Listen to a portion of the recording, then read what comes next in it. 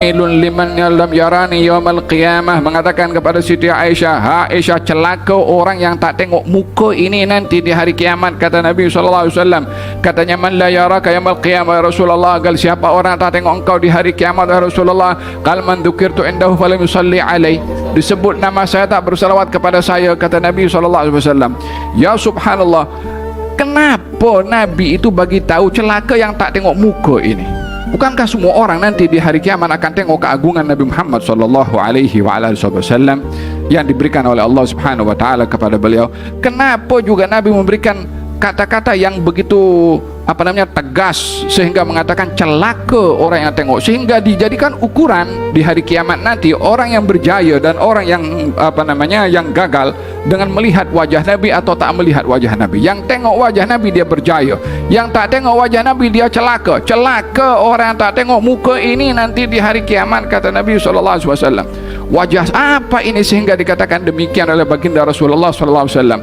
Didahulukan keselamatan orang itu dengan terkaitan dengan wajah Nabi, dikuburnya dulu. Masuk kubur disoal oleh malaikat Munkar dan Nakir, ma taqulu fi hadzal rajul? Apa yang kamu tahu tentang orang ini? Kata malaikat Munkar dan Nakir. Sebagian ulama mengatakan ditunjukkan wajah Nabi SAW di hadapan orang yang baru masuk dalam alam barzakhnya. Selain man rabbuka man nabiyuka ma taqulu fi hadzal rajul? Apa yang kamu tahu tentang orang ini? Wala kita hidup di zamannya, wala kita pun hidup seperti sahabat, seperti mana dikatakan tadi, kita sekian lama jauh daripada Nabi SAW.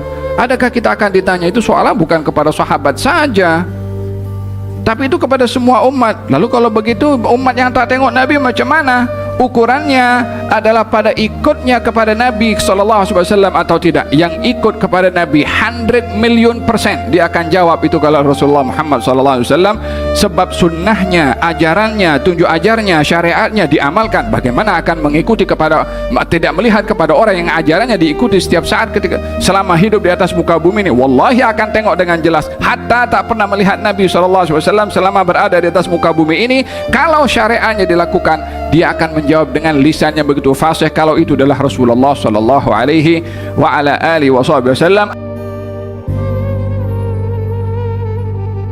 Tidaklah majelis maulid diadakan melainkan untuk mengingati Allah, untuk mengingati insan yang berjasa kepada kita sebagai utusan Allah, untuk berdoa kepada Allah, untuk memohon kepada Allah, dan untuk diangkat darjat kita oleh Allah Subhanahu wa taala.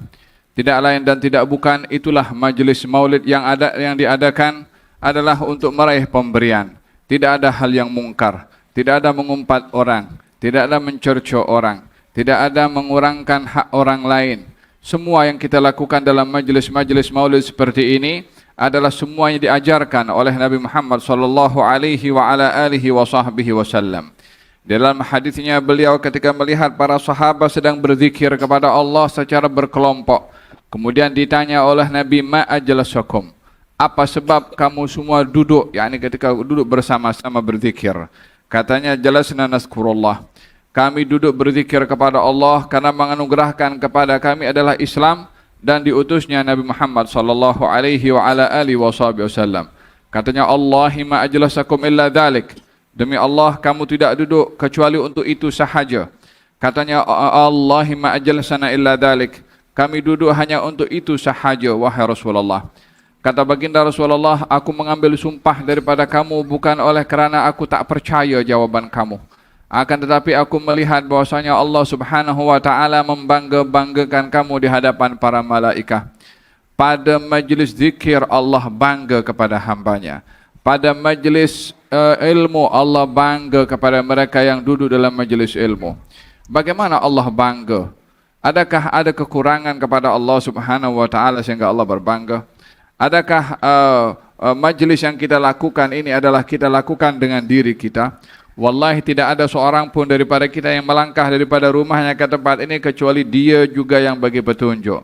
Tidaklah dimudahkan urusan kita untuk ada di tempat ini duduk sekian lama berjam-jam kecuali beliau yang Allah juga yang memberikan sakinah untuk kita duduk tenang dalam majlis seumpama ini. Kalau bukan dia menginginkan kebaikan kepada kita, dicampakkan ke tempat yang lain, entah pergi ke timur atau pergi ke barat atau majlis-majlis yang tak ada guna. Tetapi Allah Subhanahu wa taala bimbing kita semua untuk hadir dalam majlis seperti ini. Puji Allah, puji Rasulullah, tidak lain dan tidak bukan adalah menginginkan kebaikan daripadanya Subhanahu wa taala. Hanya dikatakan oleh Nabi, Allah membangga-banggakan kamu, yakni orang-orang dalam majlis seperti ini di hadapan para malaikat, supaya kita tahu kadarnya majlis ini, supaya kita menyadari betapa mulianya majlis-majlis seumpama ini, betapa besarnya keagungan dan kemuliaan majlis seumpama ini. Untuk kita sentiasa berada dalam majlis-majlis seperti ini adalah fadl, satu anugerah dari Allah Subhanahu wa taala kepada kita. Mudah-mudahan apa yang telah diberikan oleh Allah Subhanahu wa taala kepada kita pada malam hari ini ditambahkan oleh Allah Subhanahu wa taala pada majlis-majlis yang akan datang. Tujuan daripada diadakan majlis seperti ini adalah al-irtibat bis salihin, irtibat bi aslah as-salihin, mempunyai hubungan dengan orang yang mulia di sisi Allah Subhanahu wa taala. Hadirin dan hadirat, di dalam Al-Quranul Karim Allah Subhanahu wa taala menciptakan makhluk ini dan bertukar generasi, dan tidak ada sesiapapun diciptakan oleh Allah Subhanahu wa taala kekal, la malaikat wala jin wala manusia. Hatta iblis yang diberi panjang umur, satu hari pun juga dia akan mati. Itu bagi iblis adalah satu tanda laknatnya Allah Subhanahu wa taala kepadanya, karena dia meminta kepada Allah untuk panjang umur tapi untuk menyesatkan orang lain. Akan tetapi manusia yang lain diberi oleh Allah Subhanahu wa taala peluang dan masa dengan bertukar satu dengan yang lainnya. Pertukaran ini mempunyai hikmah yang besar. Hari ini kita adalah mengganti orang-orang sebelum kita. Satu hari nanti orang lain akan menggantikan kita. Demikian pertukaran bumi ini, siang dan malam, generasi pun juga bertukar. Dan hikmah daripada pertukaran ini adalah untuk kita tidak terputus daripada hubungan yang sebelum, supaya yang akan datang tak terputus juga dengan hubungan yang sebelum melalui kita perantaranya. Oleh sebab yang demikian, mempunyai hubungan dengan orang-orang yang baik ini adalah kunci untuk mendapatkan kebaikan. Di dalam Al-Quranul Karim Allah Subhanahu wa taala berfirman, Inna Safa wal Marwata min sya'airillah. Sesungguhnya Safa dan Marwah bahagian daripada syiar-syiarnya Allah. Safa itu bukit, Marwah itu juga bukit. Lalu kenapa bukit dikatakan syiar, batu dikatakan syiar? Ka'bah itu batu, tapi dikatakan juga syiar. Itu tanah Arafah, tanah kosong, juga dikatakan syiar. Mina itu kosong tanah, tak ada penghuninya kecuali orang pergi ke haji, dikatakan syiar. Untuk apa kita Allah Subhanahu wa taala menyebutkan semua itu sebagai syiar kalau bukan untuk mengingati orang-orang dahulu yang pernah mengimarahkan dengan ibadahnya kepada Allah di tempat tersebut, sehingga mengingati mereka melalui apa yang fizikal ada di hadapan mata kita, yaitu mengingati tentang Safa dan Marwah. Kita tengok gunungnya Safa dan Marwah, tapi kita punya minda, kita punya memori, kita punya hati, kita punya ilmu, itu kembali kepada bagaimana Siti Hajar yang bergerak daripada sini pergi ke sini dalam keadaan mencari air, tawakal kepada Allah, pasrah kepada Allah, redha kepada Allah.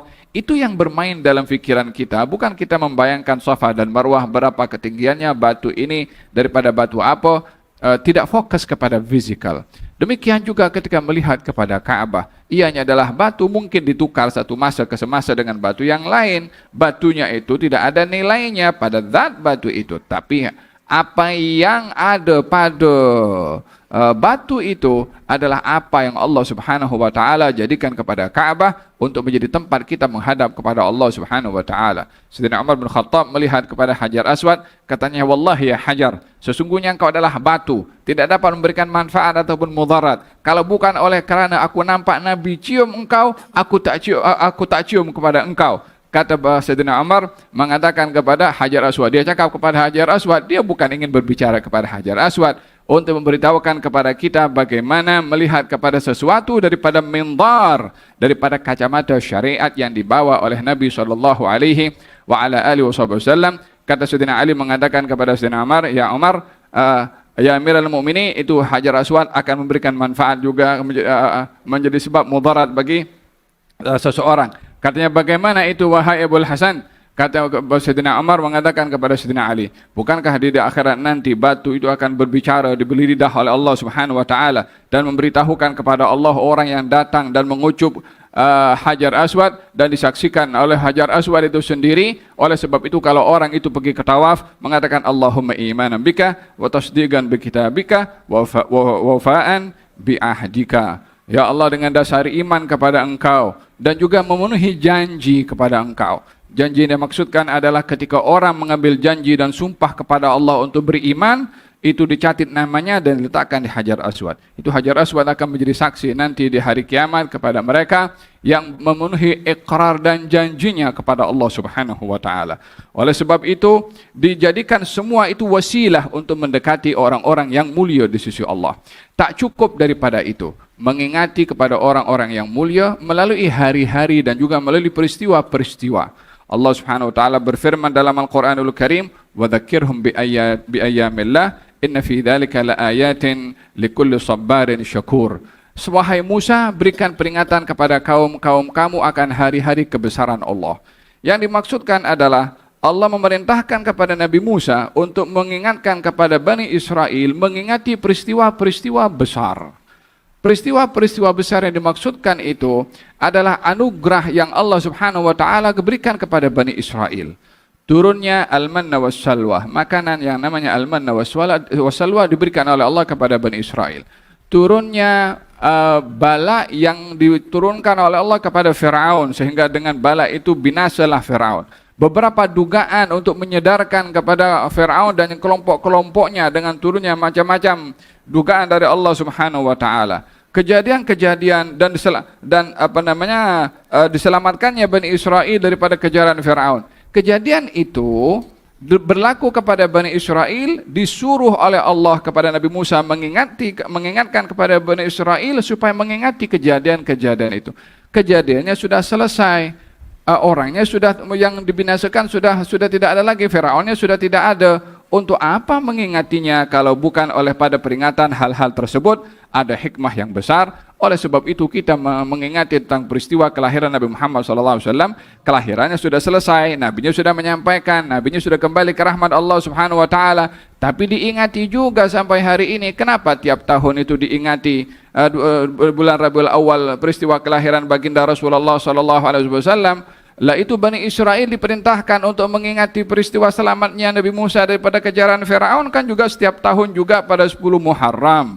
Nah, waktu Nabi hijrah ke Madinah didapati Yahudi berpuasa. Katanya kenapa mereka berpuasa? Sebab hari ini diselamatkannya Musa daripada kejaran Firaun. Katanya nahnu ahaqu bi Musa minhum. Kita lebih utama untuk berpuasa. Berpuasa Nabi pada 10 Muharram pada mengingati peristiwa selamatnya Nabi Musa daripada kejaran Firaun. Bila berlakunya peristiwa kejaran selamatnya Nabi Musa daripada kejaran Firaun ribuan tahun yang lalu, bermana selama ribuan tahun itu diingati peristiwa selamatnya Nabi Musa daripada kejaran Firaun sampai zaman Nabi Muhammad SAW. Hatta Nabi Muhammad itu adalah lebih mulia daripada Nabi Musa, maka diperingatkan kepada umat Nabi Muhammad untuk mengingati peristiwa yang terjadi kepada Nabi selain daripada Rasulullah, yang peristiwa itu besar, diingati juga dengan kita berpuasa 10 hari bulan Muharram. Kita berpuasa 10 Muharram setiap setiap tahun sekali atau setiap bulan. Kan 10 tahun sekali kita berpuasa 10 hari bulan Muharram. Apa pasal kita berpuasa? Karena itu hari diselamatkannya Nabi Musa daripada kejaran Firaun. Demikian juga memperingati Nabi SAW pada setiap tahunnya, walaupun tak ada masa had untuk mengingati tentang Maulid Rasulullah SAW, akan tetapi ini adalah umpama refresh akan hubungan kita dengan baginda Rasulullah SAW.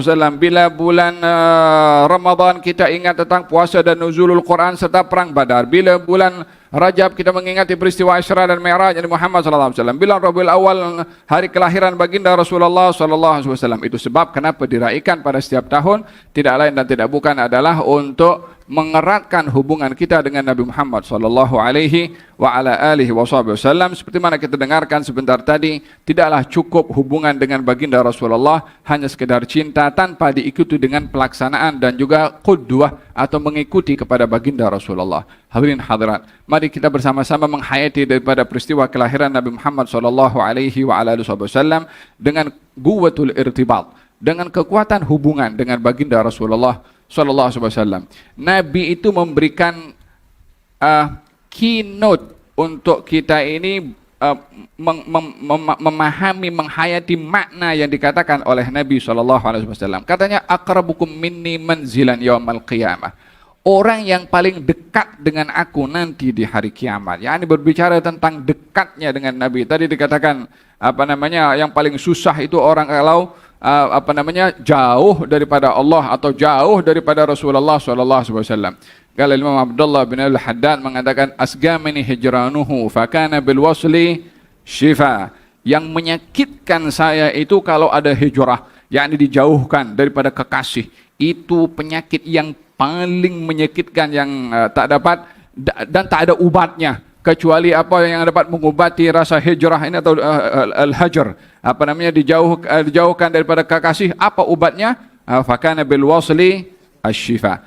Ubatnya itu kalau jumpa, ubatnya itu kalau bertemu, kalau ubatnya itu jadi bersama. Ya salam, subhanallah. Satu hari Imam Syafi'i ziarah kepada Imam Ahmad bin Hanbal. Imam Ahmad bin Hanbal dalam keadaan sakit, maka diziarahi oleh Imam Syafi'i. Imam Ahmad tengok wajah Imam Syafi'i cergas, dia punya badan datang sehat, itu kemudian sembuh dari penyakitnya. Setelah kembalinya Imam Asy-Syafi'i, teringat kedatangan Imam Syafi'i dan ziarahnya, sehingga dia semakin pulih karena bertemu dengan kekasihnya, orang yang amat disanjung oleh Imam Ahmad bin Hanbal. Imam Syafi'i tengok Imam Ahmad bin Hanbal ketika diziarahi sakit, balik ke rumah dia yang sakit.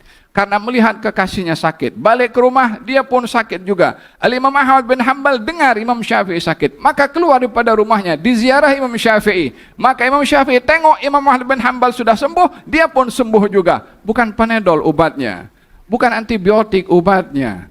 Bertemu dengan mereka orang-orang yang dikasihi, itu menjadi obat kepada orang yang sakit, baik itu zahir atau sakit pun yang batin. Dikatakan tentang hal ini, katanya, maridul habibu fazurtuhu.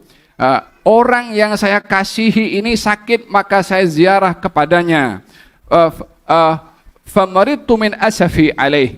Maka saya tengok kekasih saya ini sakit, saya balik, saya yang sakit. Syufiyal habibu fazarani. Orang yang saya ziarahi itu yang sakit sembuh dan dia ziarah kepada saya. Fasyufitu min nadhari ilaih. Saya jadi sembuh karena tengok kepada orang kekasih saya ini jadi sembuh juga. Ya subhanallah, kalau ini adalah antara habib dan mahbub, antara orang yang mengasihi dan orang dikasihi daripada kalangan umat Nabi Muhammad sallallahu alaihi